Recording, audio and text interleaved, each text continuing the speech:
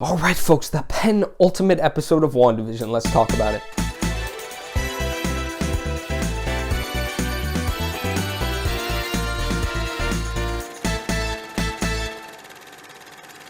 All right, so right in the beginning, you got the witch trials with Agatha now.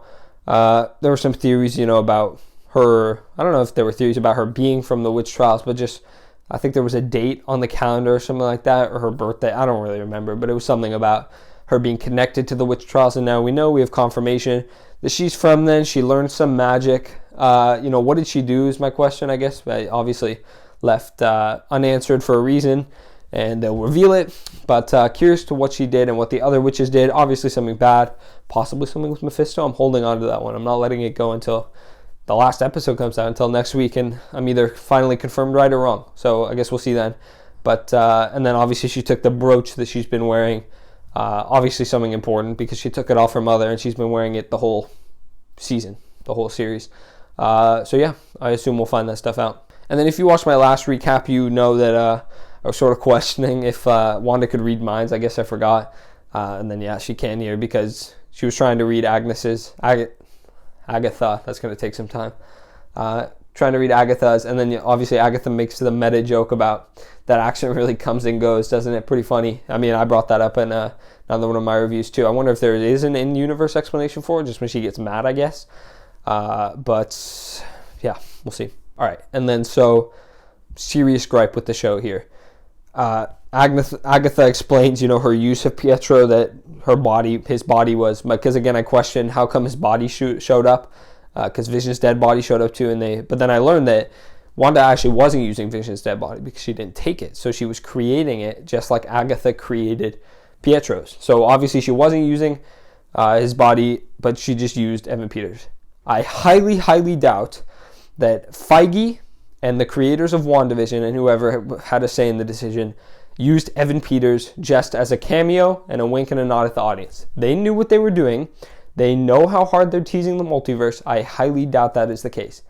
If it is the case, it's the case that Evan Peters was just a cameo, his appearance has nothing to do with the multiverse connection. Again, I don't think it is. I will be very disappointed. It's not about my own expectations. It's about what's the show setting up, and they're actually actively leading you down one path. It's not just subversion, right? It's a complete, like if there was a different explanation that also made sense, but this is, Evan Peters played the role of Quicksilver, and now they're completely changing tracks, changing courses. It'll be disappointing to say the least. And then something I noticed in this episode is that they really, I guess, just spend a long time on each scene in this episode. Pretty much every scene goes on for quite longer than, my personal opinion, than it needs to be. And you do sort of get, it drags at times. But of course, the central premise of this episode is that Wanda is revisiting moments in her past, and that is a very cool premise. That's a good idea. And it's unique to the MCU. We haven't seen it yet. And it explores the themes of WandaVision, explores her grief, sets up for the next episode in which something crazy is going to happen. And it is, a good idea. Maybe I'm dumb, but and then you have the scene where Wanda revisits her, her house in Sokovia. DVD player. I know she's young, but is that right for the 90s, 80s? She's 90s, right? Because she's a kid then. I don't know. What do I know? I'm no genius. I'm sure the guys at Marvel figured it out. They have their stuff together. So maybe a DVD player belongs there. I don't know. Who am I to know? And then obviously you have the Stark bomb dropping. I was just waiting for it to come. Because when you have a moment like that, of course, it's been set up in the past in Age of Ultron. She talked about the Stark bomb, the ticking, waiting for 2 days, all callbacks to Age of Ultron. And then my question is, when Wanda's under the table, why did Kid Wanda try and reach out to the bomb to stop it? 2 reasons possible. One, because again, adult Wanda was sort of like phased into her.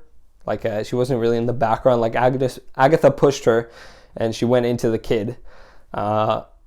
And I'm wondering if maybe it was just her trying to tamper with it and fix something, or if Wanda had the powers before, which is the likely explanation because, again, of the next scene, and she just built off of them with the Mind Stone.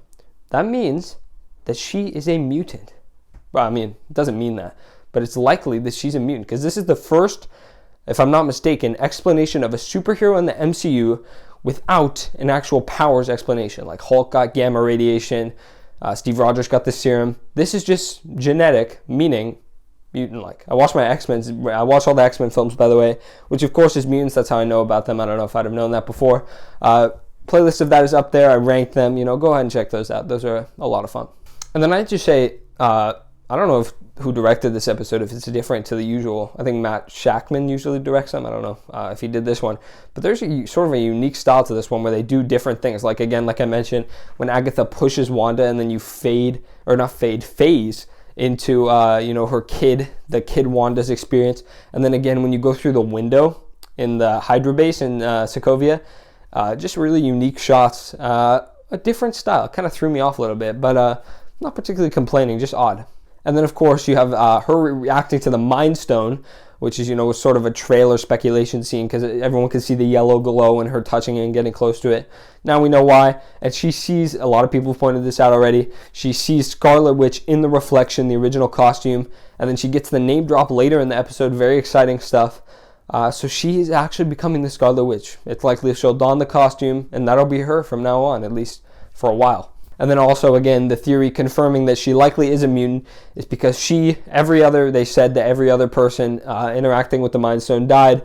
She did not, likely because she had something before already. So is she a mutant? And then, of course, again, another callback to Civil War this time, Vision going through the wall, good stuff. And then that's a really powerful moment about grief and stuff like that. Good scene. So then, of course, we learned that Wanda visited Sword HQ. She did not take the body, so Hayward lied. And I actually didn't notice this, but there's an end credit scene at the end with White Vision, which has a lot of implications. I'll talk about that later. But again, so Hayward kept the body, lied to everyone about Wanda taking it because, again, he's a bad guy, pretty stereotypical bad guy. We're not sure of his motives exactly yet. It was probably because he wanted to hide the fact that they were making him to be a weapon. But Wanda did not take the body.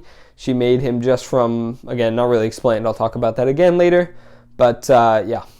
And then, it's a heartbreaking scene when she gets to the house that Vision had bought for her. And then her rage lets loose. And this is sort of a problem I have as well. Hopefully they explain it.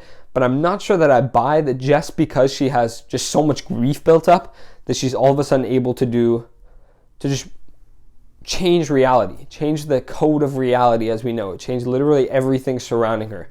Not prior explained.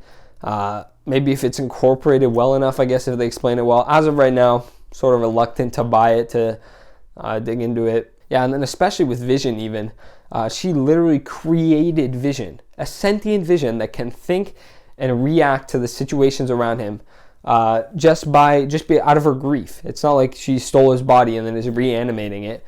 Just because of her grief, Vision was actually built from the ground, created up, and exists. And I'm not sure I buy that. Because then again, that means that she could create literally anyone and bring them to life. Even if it's within her own reality. Which is not a power that I buy, per se. I don't think it fits in with the Mind Stone stuff. Again, I'm sure they'll explain it better. And I'm sure I will eventually buy it, but as of right now, I don't. Still, I bought that, she was able to create Vision by touching his body. So again, that just means that she has to touch anyone's body to create them. And then obviously, you have the scene with Agatha. Oh, I said Agnes again. I was going to. Where she's talking about chaos magic, and she finally gets the name drop Scarlet Witch. Cool moment. And then you have the end credit scene where they remade Vision, White Vision. Does this mean that we get an evil Vision? They're going to face off or something like that?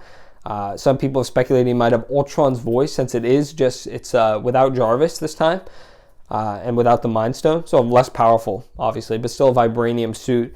And let's just see how it goes. I'm excited for that. That looks sick. I don't know anything about the comics origins of it. I know a lot of people say that, but we'll see. I'm very excited for this season finale. So then I'm just saying, so this next episode has to be wild, assuming a lot of the things that have been speculated, the major things that have been speculated are true. You need the big cameo that's been teased by Paul Bettany primarily needs to happen, which I still think will happen. There's no way he's trolling that. Mephisto maybe gets revealed. Pietro needs to be explained, hopefully. That's not his real explanation. Agnes and Wanda got to fight. The kids got to get saved. They got to get put out into the universe. Vision has to die, unfortunately. we gotta know what's going on with Monica, and you know, as she was seen with Pietro, the last episode, and just, you know, where her powers are gonna go. Darcy, Jimmy all need, you know, a bit of an ending and a clue as to where they're going in the future, and yeah, I mean, and the multiverse possibly even get started, or this show closes in some way that is wild. So a lot needs to happen in the next episode. It is 50 minutes, so lots to unpack, lots to see. I will be here next week. Come watch my video then. And folks, WandaVision's almost over. It's been a ride. And then we have Marvel Assembled, a little break where they discuss the making of WandaVision, which I'm very excited to see. They employed some pretty unique techniques for this one. And then Falcon and the Winter Soldier. Lots of content, folks. We're going to be eating it up. I'm going to be eating it up on this channel. You can always come visit me with my review, my thoughts. I love you. You love me. We're one happy family. Thank you for watching my video. Goodbye.